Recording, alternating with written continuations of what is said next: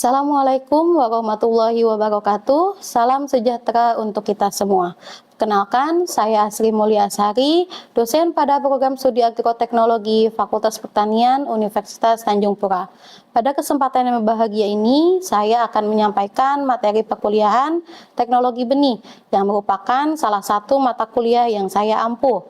Nah, mata kuliah teknologi benih merupakan salah satu mata kuliah wajib program studi agroteknologi yang memiliki bobot 3 SKS yang berada pada semester 2 dan memiliki 11 tema pembahasan yang ditempuh dalam waktu 14 minggu, tidak termasuk UTS dan UAS. Mata kuliah teknologi benih merupakan mata kuliah yang mempelajari secara mendalam berbagai aspek terkait benih, mulai dari proses pembentukannya, karakteristik, produksi, hingga penanganan pasca panen dan penyimpanan. Tujuan dari mata kuliah teknologi benih yaitu mahasiswa memahami bagaimana menghasilkan dan mengelola benih yang berkualitas tinggi yang merupakan faktor kunci dalam keberhasilan budidaya tanaman dan peningkatan produktivitas pertanian. Pada mata kuliah ini, mahasiswa belajar tentang landasan teori, prinsip, dan peran benih dalam bidang pertanian, serta sistem kelembagaan perbenihan di Indonesia. Lalu ada konsepsi benih, pembentukan benih, perkecambahan benih, dormansi benih, analisis mutu benih, perlakuan benih, produksi benih, tahapan pengolahan benih, penyimpanan benih, dan sertifikasi benih. Kemampuan mahasiswa yang diharapkan dalam mata kuliah ini adalah mahasiswa mampu menerapkan ilmu pengetahuan teknologi benih dalam produksi pertanian. Mahasiswa mampu mengidentifikasi dan memecah masalah pada benih berdasarkan analisis, informasi, dan data. Lalu mahasiswa mampu merencanakan, melaksanakan, dan mengevaluasi produksi benih dengan teknologi terkini dan ramah lingkungan yang efektif dengan memperhatikan keamanan, kesehatan, dan keselamatan kerja. Materi pembelajaran pada perkuliahan teknologi benih diantaranya adalah yang pertama, pentingnya benih dalam produksi pertanian serta sistem kelembagaan perbenihan di Indonesia. Yang kedua, yaitu konsep benih, mutu benih, pertanian, dan permasalahannya. Yang ketiga adalah pembentukan benih, struktur fisik benih, dan komposisi benih. Yang keempat, yaitu adalah pengertian tipe, metabolisme perkecambahan benih, serta faktor-faktor yang mempengaruhi perkecambahan. Kelima, pengertian dormansi benih, klasifikasi dan cara-cara pematahan pada benih. Yang keenam ada pengertian analisis mutu benih, analisis mutu genetik, fisik, dan fisiologi benih. Ketujuh, pengertian perlakuan benih, tujuan dan macam-macam perlakuan benih. Kedelapan, pengertian produksi benih, prinsip agronomi, genetika, dan produksi benih. Yang 9, tahapan pengolahan benih, perawatan dan perlakuan benih, serta pengemasan benih. Yang 10, periode simpan, faktor-faktor yang mempengaruhi viabilitas benih dalam penyimpanan, metode penyimpanan, perlakuan benih yang dengan berbahan kimia, dan perubahan-perubahan yang terjadi selama penyimpanan. Dan yang terakhir adalah prosedur dan tahapan dalam sertifikasi serta pemilihan benih bersertifikat. Adapun capaian pembelajaran program studi yang dibebankan pada mata kuliah, pembelajaran mata kuliah teknologi benih menggunakan metode ceramah, diskusi, dan tanya jawab. Untuk evaluasi penilaian mata kuliah, teknologi benih mengacu pada 4 aspek diantaranya. Aspek penilaian yaitu ada ujian akhir semester memiliki presentasi 40%, ujian tengah semester memiliki presentasi 30%, tugas memiliki presentase 20%, dan kehadiran mahasiswa memiliki presentase 10%, sehingga total dari presentase 100%. Oke, baik, selanjutnya saya akan menyampaikan salah satu materi dari perkuliahan teknologi benih dengan judul penyimpanan benih. Assalamualaikum warahmatullahi wabarakatuh. Selamat siang semuanya. Hari ini kita akan melanjutkan materi perkuliahan kita mengenai teknologi benih. Di pertemuan yang ke-12 ini kita akan membahas mengenai penyimpanan benih. Nah, sebelum materi penyimpanan benih, kita kan sudah belajar mengenai pengolahan benih di minggu sebelumnya. Nah, ada yang masih ingat apa tujuan dari pengolahan benih? Karena pengolahan benih ini akan berkaitan nih dengan penyimpanan benih. Di sini ada yang masih ingat? Apa itu tujuan dari pengolahan benih? Oke, silakan Justin. Tujuan dari pengolahan benih itu yaitu untuk menjaga mutu benih yang sudah dicapai pada saat panen dan menekan laju deteriorasi atau penurunan mutu benih selama proses pengolahan berlangsung. Oke, berarti di situ ada salah satunya adalah menjamin mutu benih ya pada yang sudah dicapai pada saat panen. Otomatis dia itu dipanennya pada masa fisiologis. Lalu ada menekan laju kemunduran benih ya selama proses pengolahan. Nah, pada saat pengolahan benih itu benih-benih tersebut yang sudah dihasilkan melalui analisis atau melalui tahap analisa ya. Analisanya itu adalah analisa laboratorium, sudah lulus uji baik dari kadar airnya, kemurnian benih ya, lalu dari segi viabilitas, dari segi figurnya itu sudah lulus dari tahap pengujian. Nah, setelah tahap pengujian itu adalah kalau penyimpanan benih. Nah, kenapa harus disimpan? Apabila benih tersebut tidak digunakan langsung di musim yang sama atau di tahun yang sama, lebih baik benih tersebut disimpan. Nah, disimpannya itu harus seperti apa penyimpanan yang baik? Ada yang tahu? Ibu. Ya. Penyimpanan yang baik itu mengkondisikan benih pada suhu dan kelembapan optimum agar benih dapat mempertahankan mutunya. Oke, betul ya. Menurut Sakti itu adalah mengkondisikan suhu dan kelembabannya tersebut menjadi suhu yang optimum supaya apa? Supaya benih tersebut tetap terjaga mutunya ya. Nah, penyimpanan benih itu sangat berkaitan dengan suhu dan kelembaban. Ya, karena apa? Karena setiap kenaikan suhu di sini adalah suhu ruangan ya. Kenaikan suhu dan kenaikan kelembaban itu akan mempengaruhi umur simpan dari benih tersebut ya. Nah, di sini benih yang kita bahas itu bukan hanya benih yang berbentuk biji-bijian ya, tetapi semua bagian tanaman yang bisa digunakan atau bisa dipakai sebagai alat perbanyakan tanaman itu disebut dengan benih. Ya, seperti contohnya ada benih yang dalam bentuk biji, ada bentuk rimpang atau umbi ya, dan ada bagian-bagian tanaman lainnya yang bisa digunakan untuk perbanyakan vegetatif. Seperti contohnya kalau vegetatif apa? Stek ya, terus cangkok ya, itu juga bisa disebut sebagai benih walaupun banyak yang menyebut itu adalah bibit seperti itu ya. Oke, selanjutnya. Nah, di sini ada tujuan dari benih. Nah, tujuan benih itu tidak jauh adalah untuk apa? Untuk mempertahankan viabilitas maksimum ya dari benih tersebut. Untuk apa? Untuk periode simpan tertentu. Dan dia juga untuk apa? Menyediakan keperluan benih tersebut sesuai dengan waktu yang diinginkan.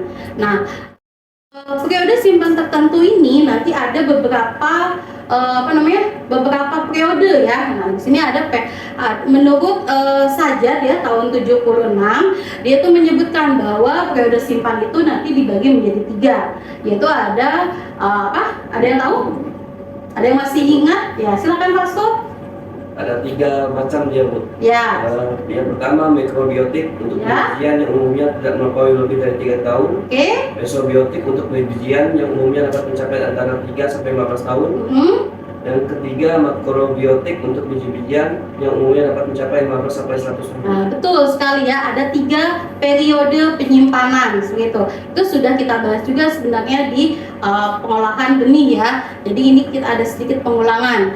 Lalu ini kenapa dia ada keperluan sesuai dengan waktu yang diinginkan? Karena kita tahu nih benih-benih itu adalah sumber kehidupan selanjutnya ya. Oleh karena itu, kalau misalkan kita tidak menanam di musim sekarang, kita bisa menanam di musim yang lain, di tahun yang berbeda juga gitu. Atau misalkan keperluan untuk pelestarian dari tanaman tersebut, apalagi kalau misalkan tanaman-tanaman yang hanya bisa tumbuh di musim-musim tertentu gitu ya, itu harus disimpan benihnya seperti itu.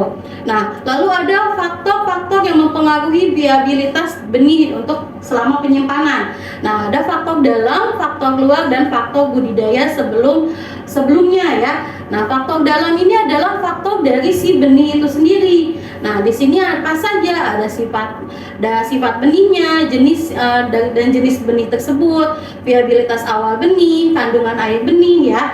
Nah, kalau faktor luar itu adalah faktor eksternal seperti suhu, kelembaban, gas yang ada di sekitar benih dan mikroorganisme yang ada di sekitar benih. Lalu ada faktor budidaya sebelumnya. Nah, faktor budidaya sebelumnya itu adalah produksi benih. Selama produksi benih sebelum untuk menghasilkan benih kan kita harus memproduksinya. Nah, itu adalah faktor budidaya sebelumnya. Itu bagaimana? Apakah faktor budidayanya itu sudah memenuhi SOP yang ada atau belum? Seperti itu ya. Nah, kalau faktor dalam, ya faktor dalam ini adalah lebih ke arah genetis dari si benih-benih tersebut. Apakah benih tersebut jenisnya masuk ke benih-benih yang xerophyte, hydrophyte atau mesophyte. Lalu viabilitas awal benih. Viabilitas awal benih itu bagaimana kandungan airnya, bagaimana kecepatan dia tumbuhnya, bagaimana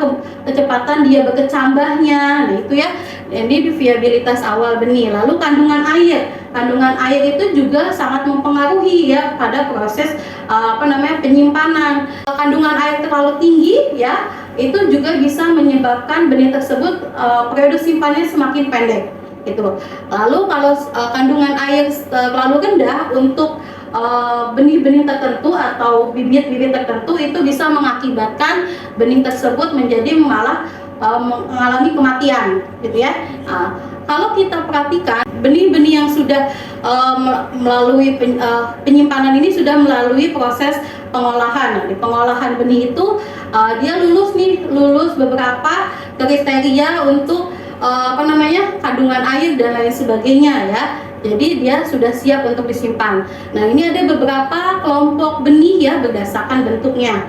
Di sini ada bentuk benih dalam bentuk biji ya. Seperti kita ketahui ya, kalau yang umumnya itu adalah benih-benih itu ada biji padi, palawija, kacang-kacangan, jagung-jagungan ya, terus dan lain sebagainya. Lalu ada bentuk umbi dan rimpang. Umbi dan rimpang ini contohnya seperti bawang merah, bawang putih, kunyit, lalu ada jahe, talas dan lain sebagainya. Dalam bentuk entres ya, entres, mata tempel dan stek itu contohnya adalah tanaman buah tahunan ya, durian ya, terus ada alpukat ya dan lain sebagainya. Nah, ini ada dalam bentuk bonggol, anakan dan mahkota. Ini contohnya seperti pisang itu untuk bonggol ya, mahkota itu untuk tanaman nanas. Gitu. Dan pertama kita akan membahas mengenai bentuk benih dalam bentuk biji. Ada perlakuan khusus nih kalau untuk biji. Nah, jenis bijinya dia berasal dari daerah mana? Terus apakah dia itu jenis benih atau biji ortodoks atau recalcitrant? Ada yang masih ingat benih ortodoks atau benih recalcitrant? Siapa? Dandi, siapa? Benih ortodok ialah benih yang tahan terhadap pengeringan atau tahan disimpan dalam kadar air benih rendah dan suhu rendah. Sedangkan benih recalcitrant, benih yang tidak tahan terhadap pengeringan atau tidak tahan disimpan dengan kadar air benih rendah dan suhu rendah. Oke, itu betul ya menurut Dondi, ada benih ortodok dan benih recalcitrant. Benih ortodok itu benih yang tadi tidak bisa disimpan dalam kondisi kadar airnya rendah ya dan suhu yang rendah juga. Sedangkan yang recalcitrant itu kebalikannya ya. Biasanya kebanyakannya secara generatif ya. Nah, kalau yang dari stam atau dari umbi itu secara vegetatif biasanya ya.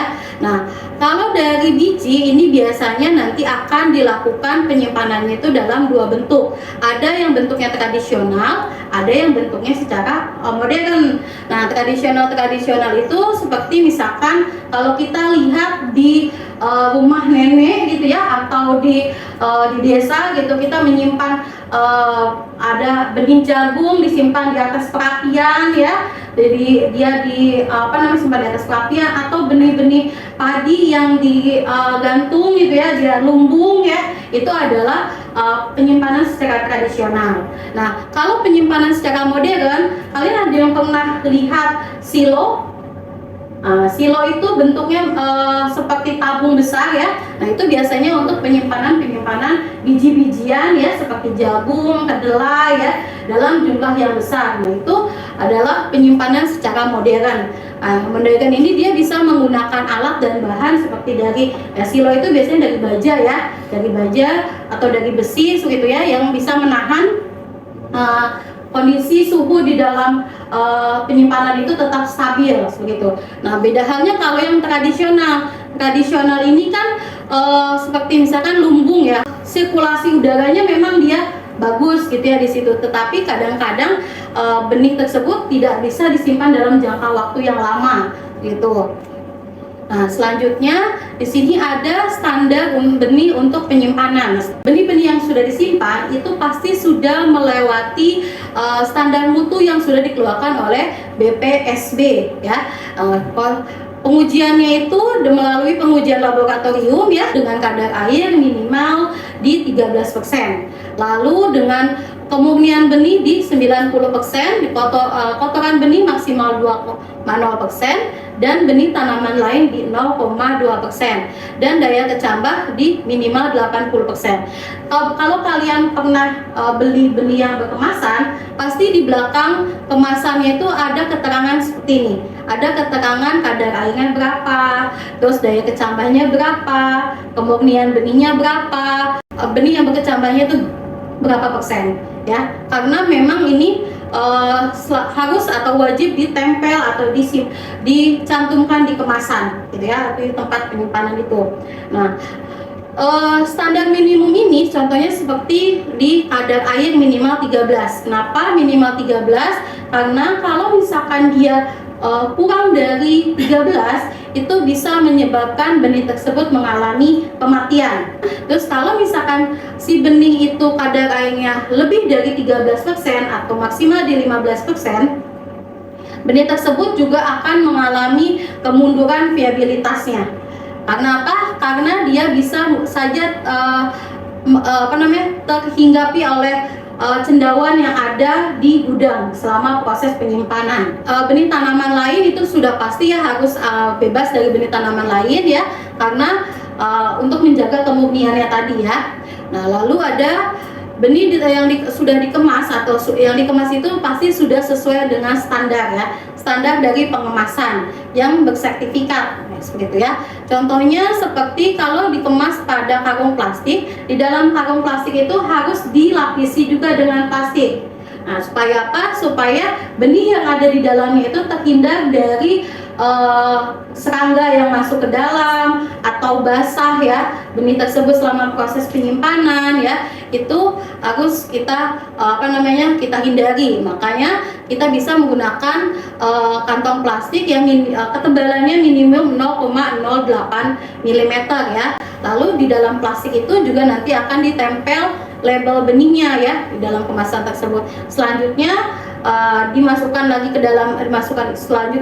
dalam karung, lalu karung itu dijahit. Kalau kalian pernah lihat karung benih padi ya, itu kan biasanya dijahit bagian atasnya.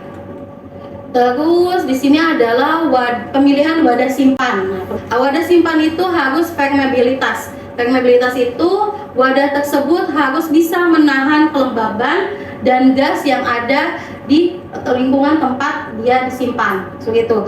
Jadi usahakan benih itu disimpan misalkan kalau kita di gudang, nah kita tempatkan benih itu di atas palet. Supaya apa? Supaya dia tidak langsung kena lantai ya. Lantai itu kan lembab, dingin ya.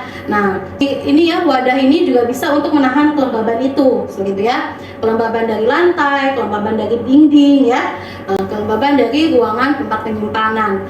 Lalu insulasi. Nah, insulasi ini wadah tersebut harus bisa mempertahankan suhu di dalamnya.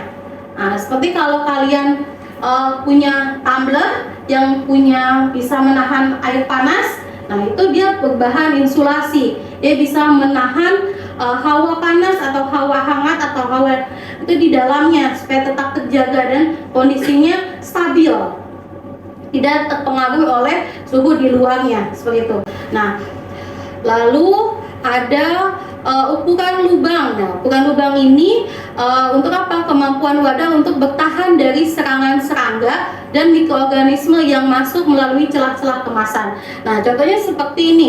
Kalau ini di plastik ya, plastik ini kan biasanya rapat ya, plastik itu kan rapat. Nah, nanti dia beda halnya dengan yang karung plastik itu ada sedikit rongga-rongga.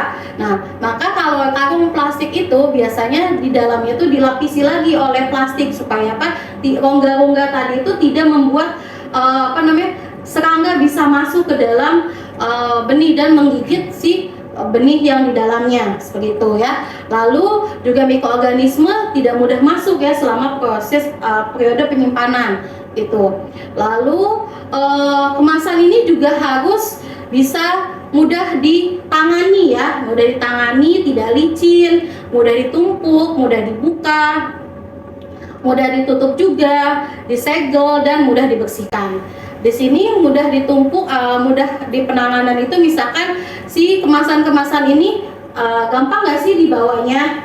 Gampang nggak sih untuk disimpannya gitu, misalkan dia ditumpuk tidak mudah jatuh, terus mudah dibuka kemasannya itu dia disegelnya seperti apa? Kalau sekarang itu kan modelnya ada yang ziplock ya, ziplock itu kan bisa mempertahankan di dalamnya ya supaya suhunya tetap terjaga, tapi dia mudah dibuka dan mudah ditutup. Nah, itu untuk apa? Mempermudah nanti konsumen untuk mengakses si benihnya, seperti itu ya. Nah, mudah ditutup. Kalau misalkan kemasan plastik seperti ini kan kalau disegel biasanya dia kalau sudah disobek sulit ya untuk ditutup lagi. Jadi lebih baik dicari misalkan untuk benih-benih yang dalam jumlah banyak, kita pakaikan kemasan-kemasan yang gampang lagi nantinya ditutup. Terus mudah dibersihkan. Lalu biaya kemasan juga harus diperhitungkan dengan nilai nominal dari benih itu sendiri. Jadi jangan kita mengemas benih tersebut dengan kemasan yang harganya mahal gitu ya, sehingga nanti benih tersebut nilai jualnya jauh lebih mahal gitu karena beban dari kemasan itu sendiri ya. Sampai sini ada yang mau ditanyakan?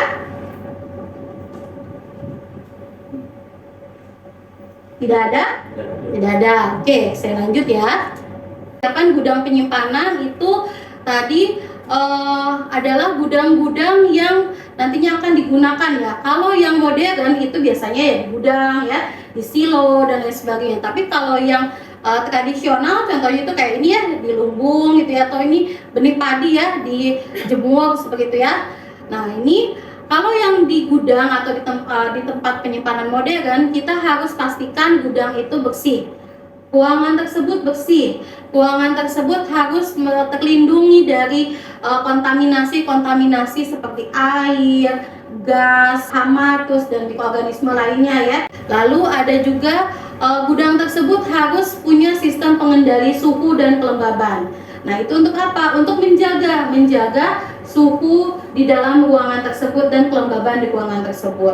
Dinding dan langit-langit lalu lantai itu harus memiliki lapisan insulasi supaya benih-benih yang ada di dalam ruangan tersebut tidak terganggu nih kondisinya, suhunya itu oleh keadaan di luar sana. Lalu selanjutnya adalah ruangan penyimpanan yang berpendingin itu tidak boleh berjendela. Nah, pintunya harus benar-benar terinsulasi dan tertutup rapat. Kenapa? Karena kalau yang berjendela itu biasanya takut ada celah-celah di jendelanya. Terus karena kalau kaca itu kan bisa menembus mataharinya tembus panas gitu ya. Selanjutnya yaitu adalah proses dari penyimpanan benih.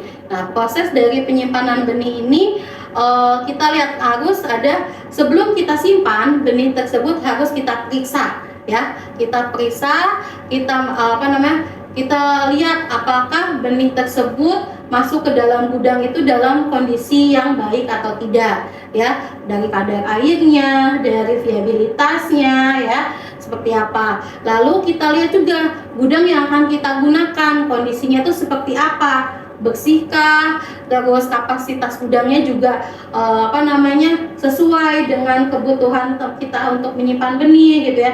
Batch-batchnya ini nanti akan dikasih nomor, tanggal masuk dari si benihnya.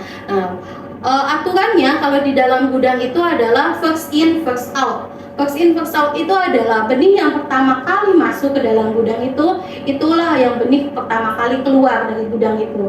Nanti diperhatikan jumlah tumpukannya. Lalu kalau misalkan dikasih palet, biasanya tuh ketinggian paletnya tidak lebih dari 30 cm ya. Terus ada juga yang dibentuk disimpan dalam bentuk kerakak seperti ini. Nah, kalau ini biasanya kemasan-kemasan yang pakai plastik ya, kecil-kecil seperti itu. Nah, ini setiap lorong ini antar dinding itu ada jedanya itu adalah 1 meter ya, supaya mudah masuk ke dalam lorongnya ya, atau mengontrol semua sisi-sisi atau bagian-bagian dari gudang. Sampai sini ada yang mau ditanyakan? Tidak ada. Kalau gitu saya mau bertanya sedikit, syarat dari kondisi gudang atau tempat penyimpanan itu harus seperti apa sih? Ya, silakan Krisense.